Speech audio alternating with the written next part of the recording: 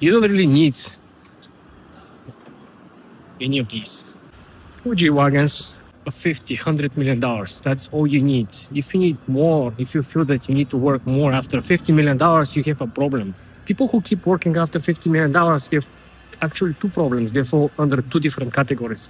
First of all, they haven't found what they like, which is the small issue. And the bigger issue is that they found what they like is actually keep working, which is the Elon's problem, Musk's problem, Zuck's problem, which is a big problem. Like, why you keep working after $50 million? Remember, the guy had 100 mil. He put 50 into Tesla, 50 into SpaceX, and he left with like another 50, and he split that 50, 25 each into both companies, which meant that he could have stopped working back then. So if you have problems, keep working after $50 million, you have a serious issue, my friend. It's more issues than the person who have less than $100 in his bank. That's what I'm trying to explain if you really think about it.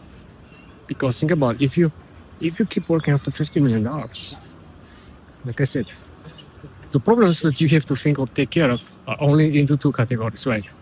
You don't really need any of these.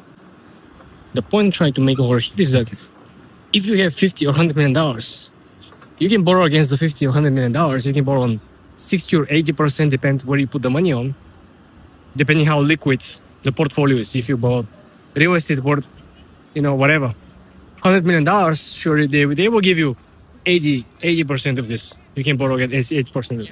If you have stocks, they can give you probably 60%. The less liquid or the high risk and volatility is in your portfolio, the lower the amount you can actually borrow against. But that's a video for a completely different topic. The point I'm trying to make is that you can live exceptionally large and fun and cool and exceptionally satisfying life. Fuji wagons, not with the yacht that you saw over there, but definitely you can have a very, very large life with $50 to $100 million ready to go on the market. You can effectively, rent one of these bad boys, probably, 2-3 days per year. Let's say you pick 3 very nice, shiny days. You pick up the boat, you go to Long Island, you go to Southampton, you take your friends, you're balling. But that's it. You don't have to maintain all the nonsense. You have to spend liquid, $50, $75 million for the yacht. It doesn't make any sense. That's what I'm trying to explain. $50 million is basically where you have to stop. And after $50 million, then you call me. Right? At $50 million and up, you call me, we structure something. But then, like I said, I know people with $20 to $30 million. They have $10 million into treasuries, which is the cap. You cannot buy more than $10 million in treasuries, right?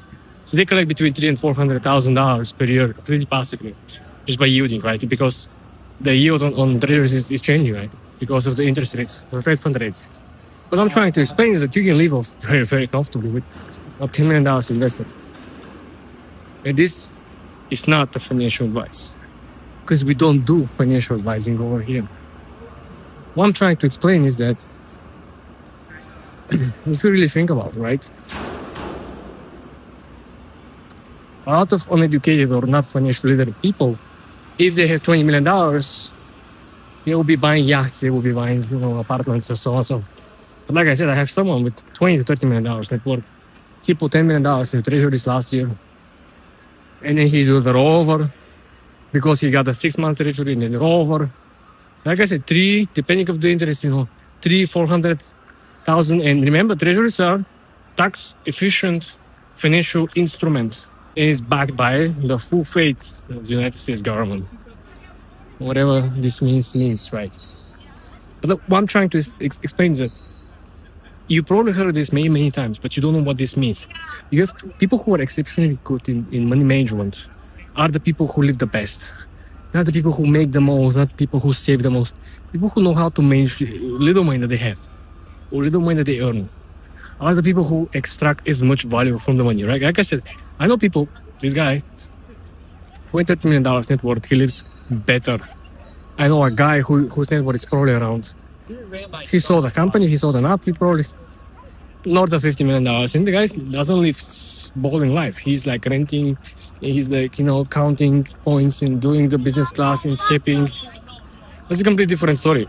Compared with the guy who's like the guy who's have half net worth, right? We're talking about, like I said, 20 million, the guy's like 60 million.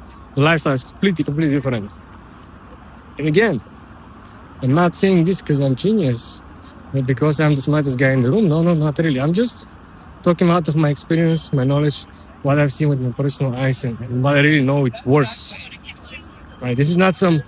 Let me rephrase this. This is not some $400,000 and per year Wall Street Steve Jobs, flying first class, living comfortable. I'm talking about liquid, right? $50-100 million. Oh. Yes, you can own your personal jet with $50 million net worth. Yes, you can. You're gonna buy a pre-owned jet, $8 million. You're gonna have, annual maintenance on 1.1, 1.2. Then you're going to have, probably if you use it maybe 10, 12 times, another 500,000-600,000. You understand the point, right? We're talking about not to waste time and not to overextend yourself, not to overspend. Because, like I said, if you are very, very good in money management, I'm not rich, but I'm very good in money management. So I live comfortably without being super rich or rich at all, right? Which again proves the point that I early on understood that managing money the most efficient way is the way to go if you want to have a good life. Because you cannot choose in the beginning, I want to have a good life and I want to be super rich. No, that's diabolical, right? You want to be super rich, you don't have a very bad life. Look at Iwan, he has a very, very bad life, right? So once we understand how the formula works, otherwise you're just working against yourself, working against your interests. You can't. Same thing like people who are didn't have background of economics or finance. They talk about they want to get wealthier, but they don't want debt, right? They want to get their companies getting bigger and bigger, but they don't want debt. Which again, diabolical. Both things are including debt. Both things require debt. Both things are effectively require leverage. Not your own personal funds to grow the business, to grow your company, to grow your network. Same thing I just explained to you. How to live comfortably with $10 million, $50 or $100 million. By again, leveraging someone else's funds.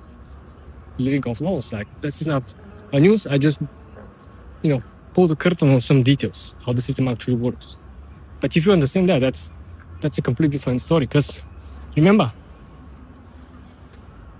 at the end of the day, you have to understand that the difference between making $100 million and trying to live off them, or making 50 and trying to live off them, it's a completely different number.